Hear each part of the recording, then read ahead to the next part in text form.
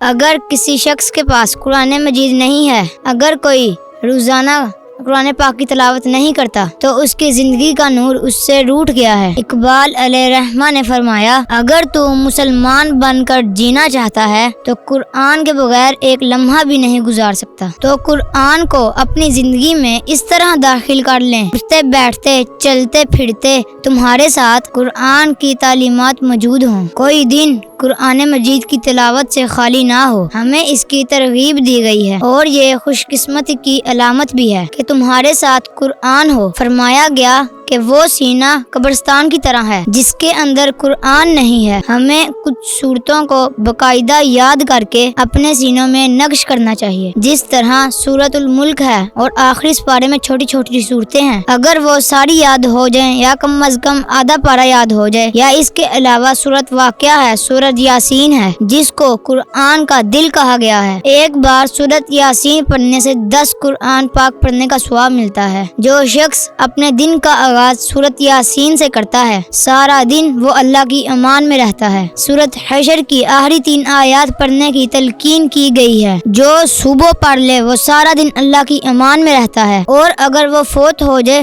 تو شہیدوں میں لکھا جائے گا۔ اور جو شخص شام کو پڑھ لے وہ ساری رات اللہ کی امان میں رہتا ہے، فرشتے دعائیں کرتے رہتے ہیں، اور اگر وہ فوت ہو جائے تو شہیدوں میں لکھا جاتا ہے۔ اور اسی طرح جمعے کے دن سورۃ کہف پڑھنے کی تلقین کی گئی ہے۔ تو قرآن زندگی میں شامل کیا جائے، یہ بدبختی سے بچاتا ہے، قبر میں روشنی لاتا ہے، اجالے لاتا ہے۔ سورۃ کہف پڑھنے والے کی قبر میں روشنی ہوگی۔